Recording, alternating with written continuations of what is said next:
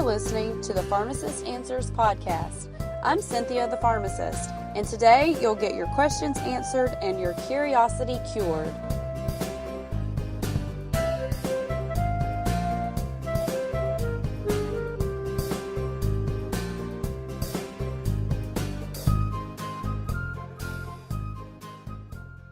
This morning, I wanted to encourage you a little bit and give you some positive feedback. Most people I have conversations with, I find them very intelligent.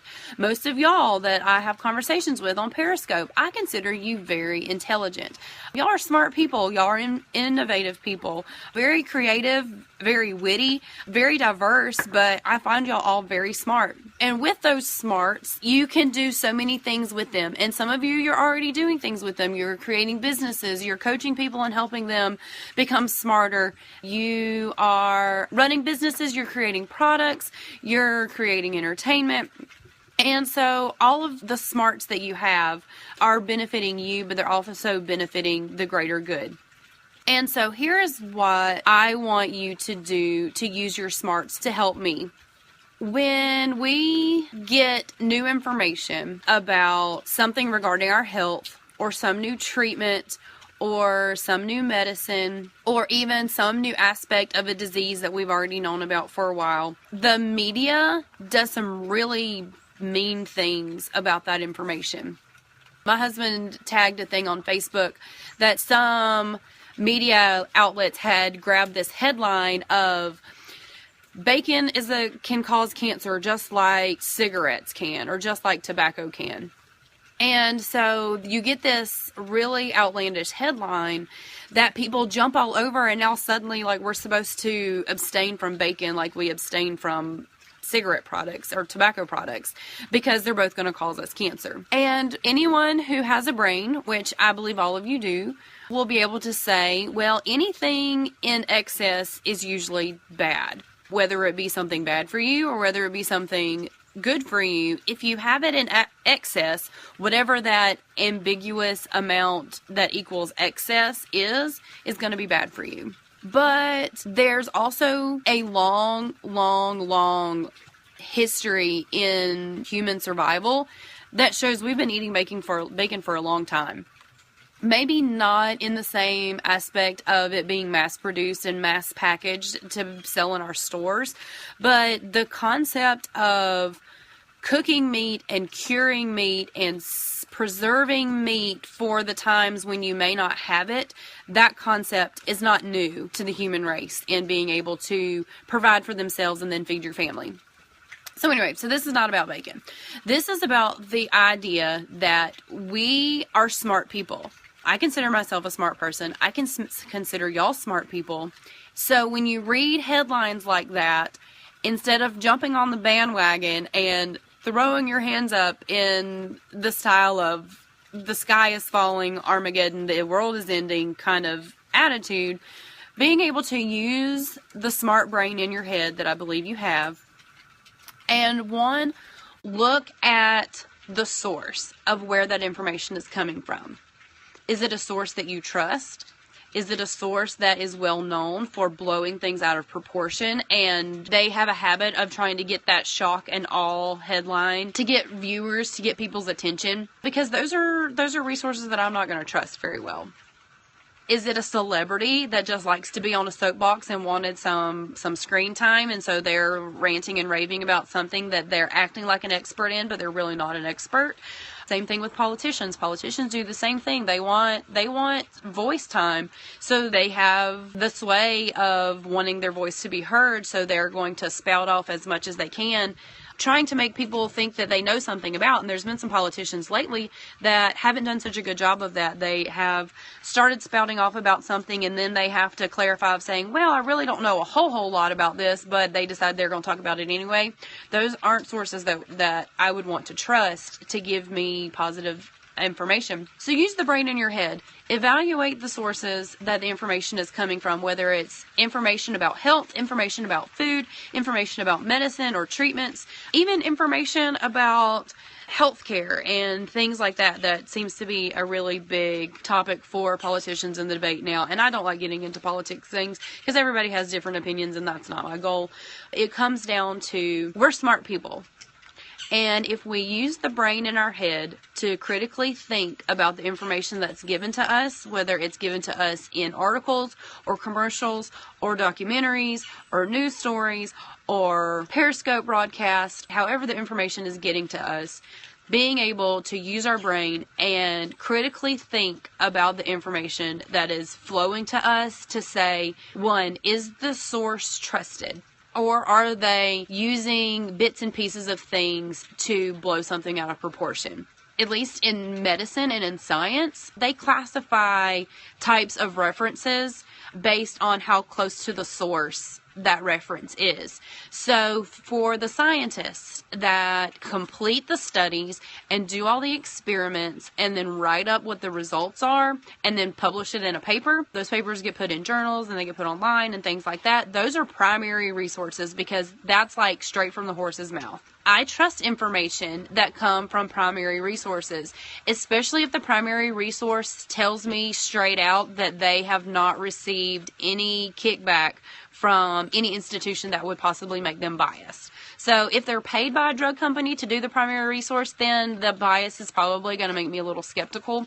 But there's plenty of scientists and researchers out there that are unbiased, and they don't get paid by anybody except the university that hires them to be a professor or gives them tenure. But they're not paid by drug companies or chemical companies or anything like that. So those are the people that I trust.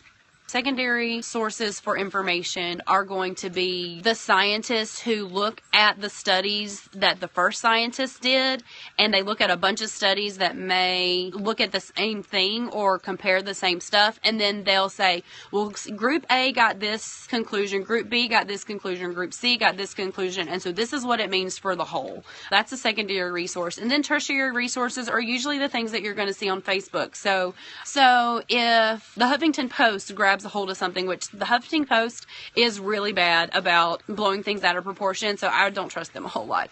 But things like NPR is going to be a tertiary resource because it's going to be a couple of steps out from the people who originally did the study, especially if they're reporting on things that are science or medicine related. So looking at your sources and how close to the horse's mouth that information is coming, because the farther out it gets, it's kind of like the telephone game. The information gets all jumbled up and people start interpreting it differently, and the information can get all muddled, and then it doesn't get to you in its truest form for it to actually tell you the whole truth and nothing but the truth kind of thing. Like I said, I think a lot of people are smart. People have brains. People are very intelligent. Most people that I communicate with are intelligent in some form or fashion. My biggest desire is that people will use that intelligence to judge correctly the information that you read in articles, whether it's on Facebook or you hear it on the news or anything like that. Being able to judge the source, if they're a trusted source and considered an expert, or if it's closer to the original source of information. Those are going to be the sources that you're going to want to trust. Versus people who pick and choose their sound bites just to try to get a headline and just trying to get readers. Can I use you as my source?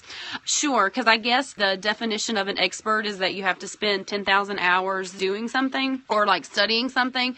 And I think I've had well over 10,000 hours on this pharmacist thing. So, and most of society likes to consider pharmacists an expert in their field.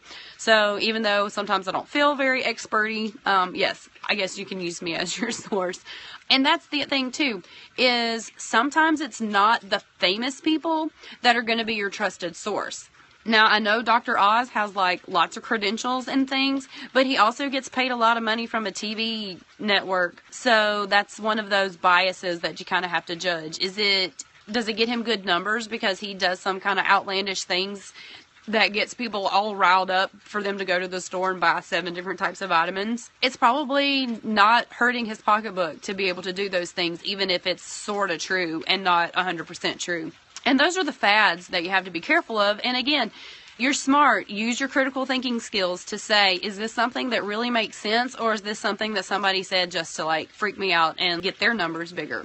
Because that's what a lot of, quote, TV doctors do, whether they're hired by a news channel or they have their own show. They're kind of paid there to get viewers and keep viewers coming back, so a lot of their headlines and show titles end up being scary.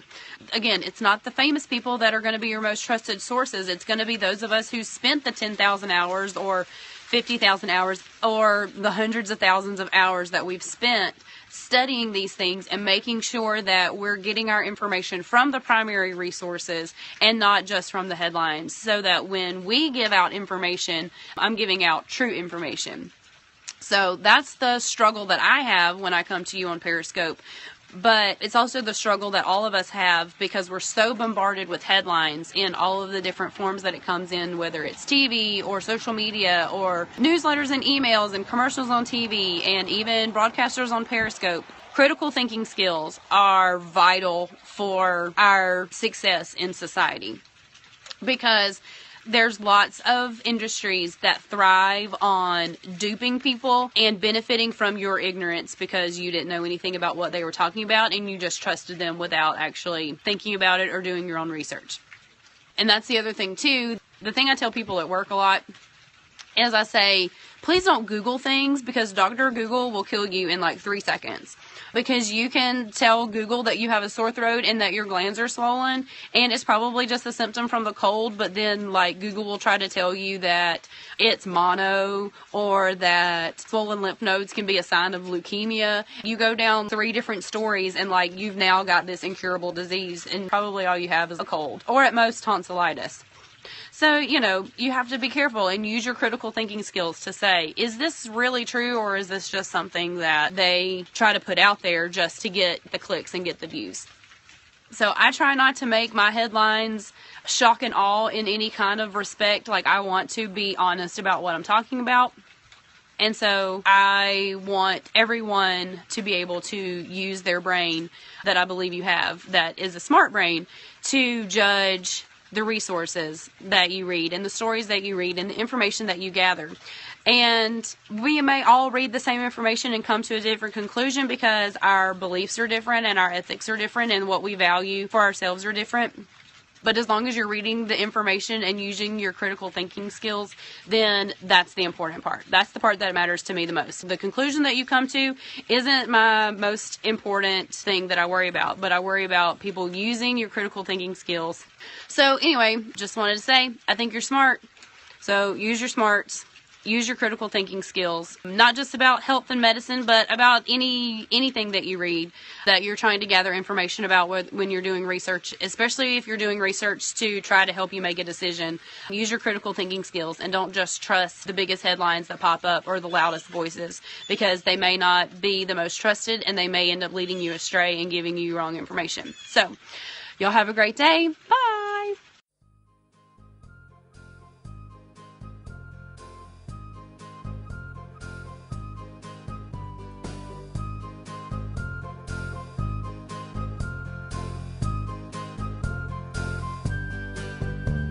Thanks for listening to the Pharmacist Answers podcast. The pharmacy is now closed. You can post your questions and comments on our Facebook page. That's facebook.com/pharmanswerspod. Or you can email the show at pharmacistanswershere@gmail.com. You can tweet me or message me on Twitter at Sin Hendricks. You can find the show notes at pharmacistanswershere.wordpress.com.